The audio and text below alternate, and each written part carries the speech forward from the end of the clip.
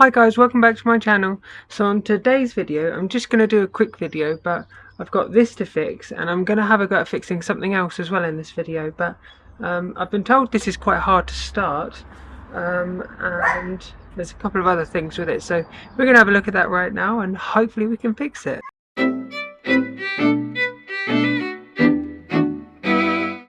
So straight away I can notice that there's been a new spark plug put on here and it's got a really old switch on here.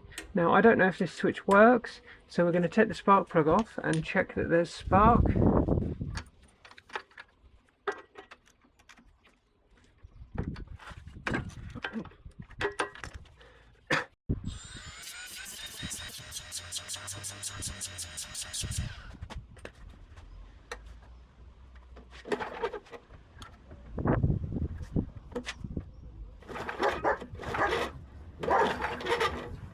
Right, so I can see it's got a spark.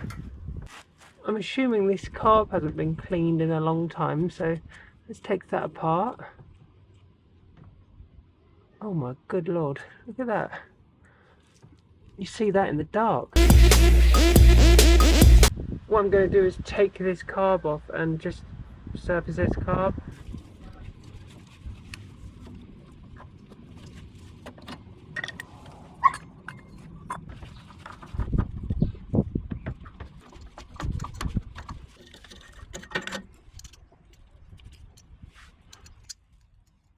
Finally got the carb out. What a terrible design. You've got two nuts here which are the only sort of real accessible point, and you can't get on anything on them because there's a Phillips head screw on the back, and then these ones are blocked by the carb itself, so it makes it incredibly difficult to get out.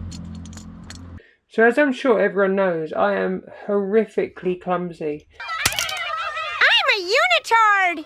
Now I cleaned this out, but I dropped the needle for the float, so it's kind of left me in a bad position, to be honest, because without that it can't regulate its fuel. So what we've had to do is search for another carb now. So let's open this one up. Got this on Amazon. I definitely needed some parts because the bowl seal was broken, but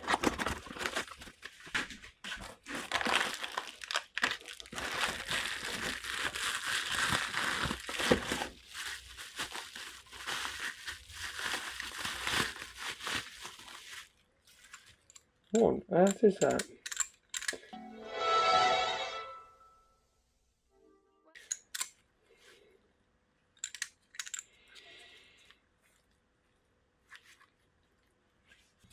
Now I guess the question is, do we replace the whole carb or do we just replace the bowl? Now, if you can't see already, that's on the wrong way around. Does kind of begrudge me to say this, but I think I'm going to try and just fit this carb to it.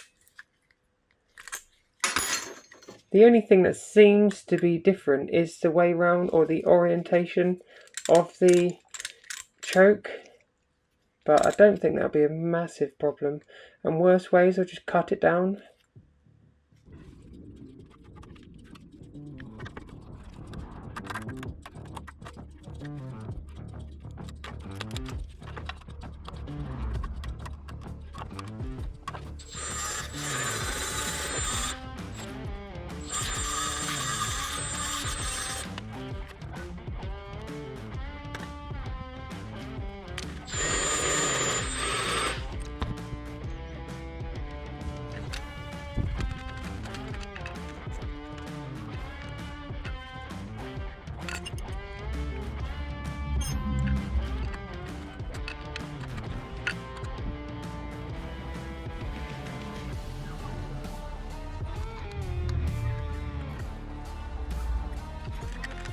So I'm just going to make sure that some fuel comes through.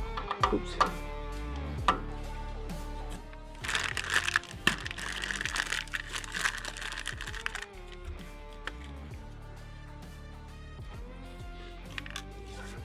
Got these new knipex cutters.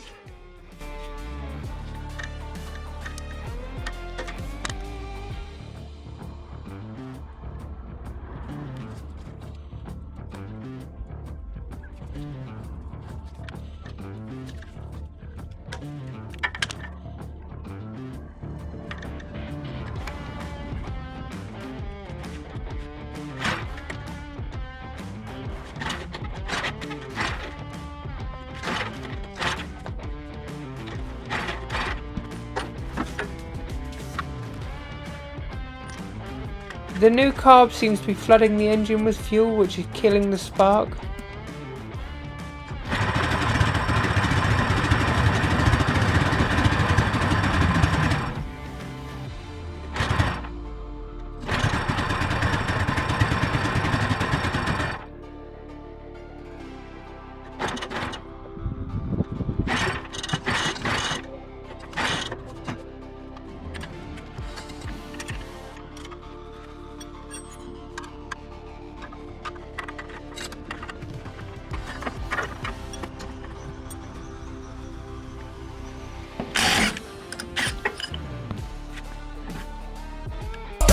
Hammer time!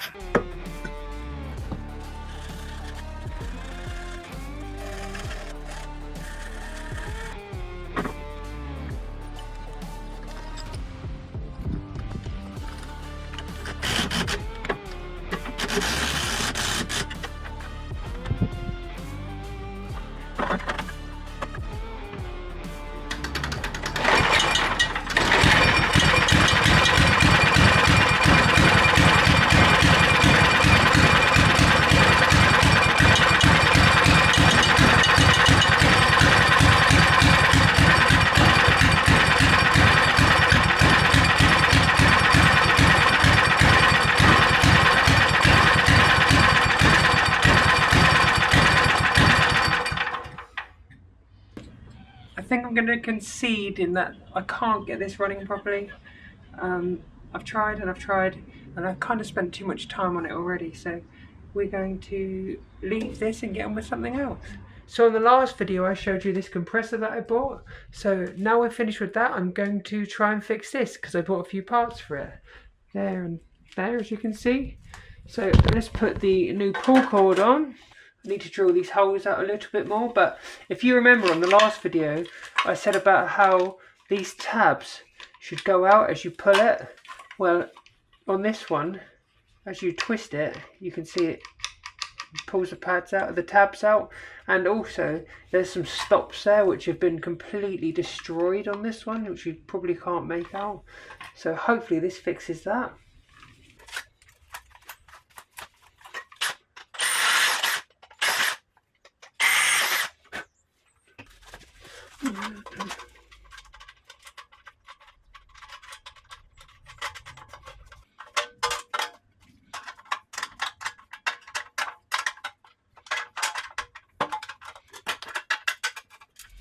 So I need to get my drill in here to drill this hole out a bit. Now this is an M6 hole currently, but someone's rounded it out. So what I'm going to do is just make it the slightly larger size of M8, but the drill bits, so this is a standard M8 drill bit. This is just sort of a spare one from my set. Now I assorted this set years ago, probably like 15 years ago on my apprenticeship when I worked in a tool room, and what I'm going to do is I'm going to cut the shank down of the drill because it sticks out a bit there, so I'm going to cut that down by maybe sort of an inchish, and then I'm also going to cut this end down and shorten it, and then I've got sort of a stubby 6.8mm drill bit for tapping M8.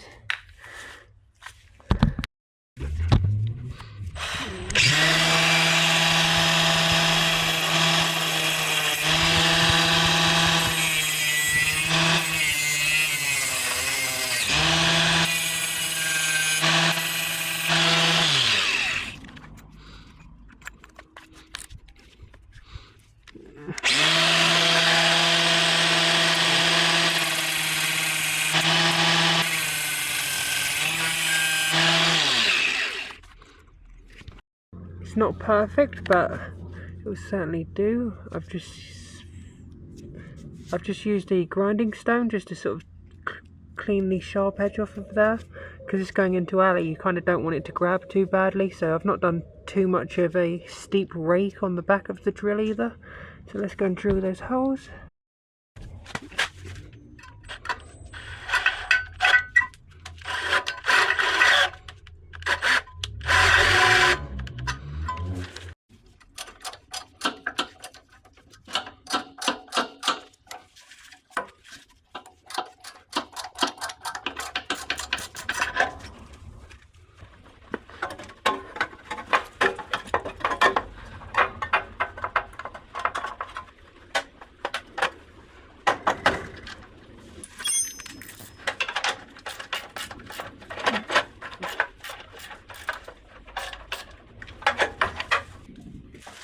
It's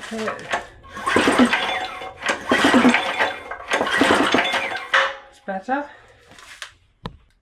I got a new filter, but I didn't get a pre-filter, so I'm just going to clean this one out, but I'll clean that out and dry it and just put it in later on. But for the time being, we'll just put this new genuine filter in.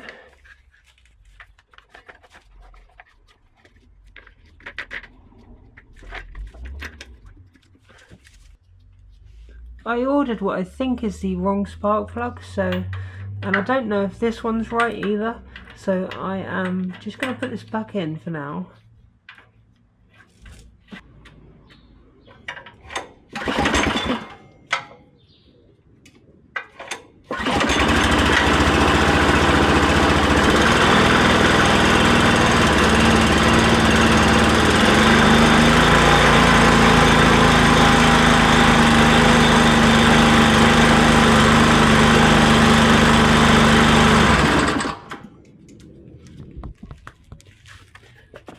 So the next job is to change this fuel tank over on this, because where it's been damaged here, the fuel cap's leaking.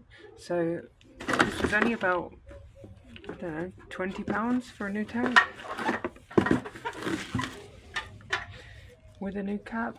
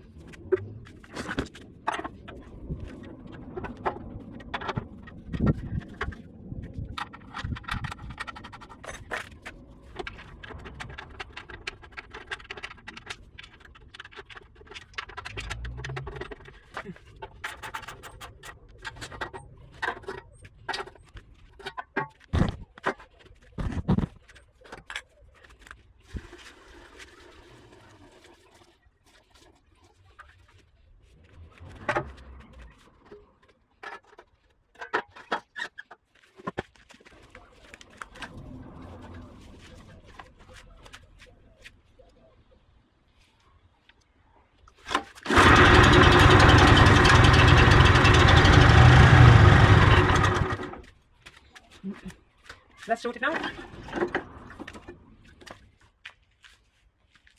So the final thing I want to sort is this.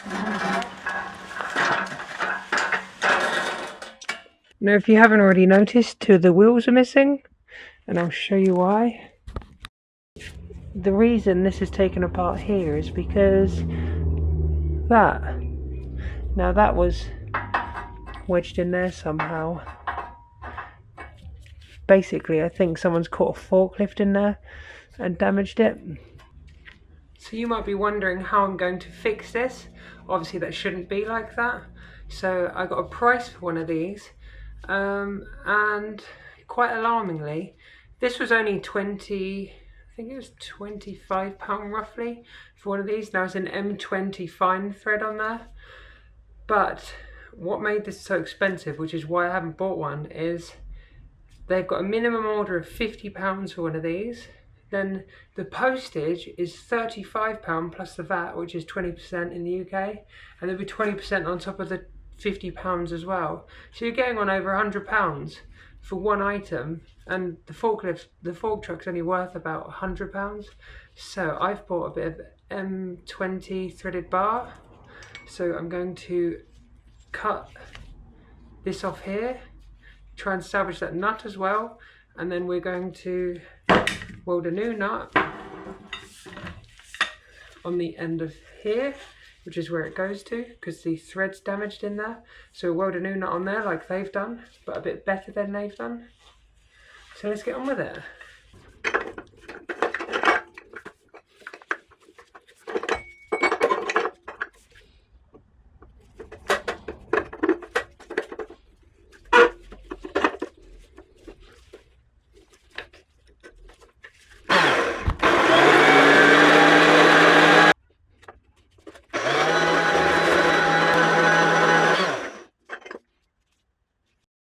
So I've just chamfered the base of this threaded rod in the lathe, so we're just going to tack it on now and then weld it solid.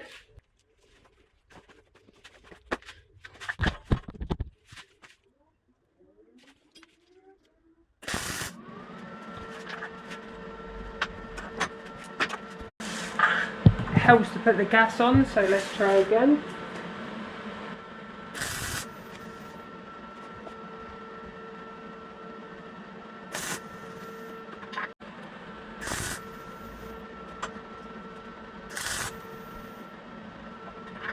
So just turn this down in the lathe to turn the top of these sort of welds off, and I've ripped the finger off of a leather glove to try and protect these threads. So I'm just going to try and weld one side, turn it around and weld the other.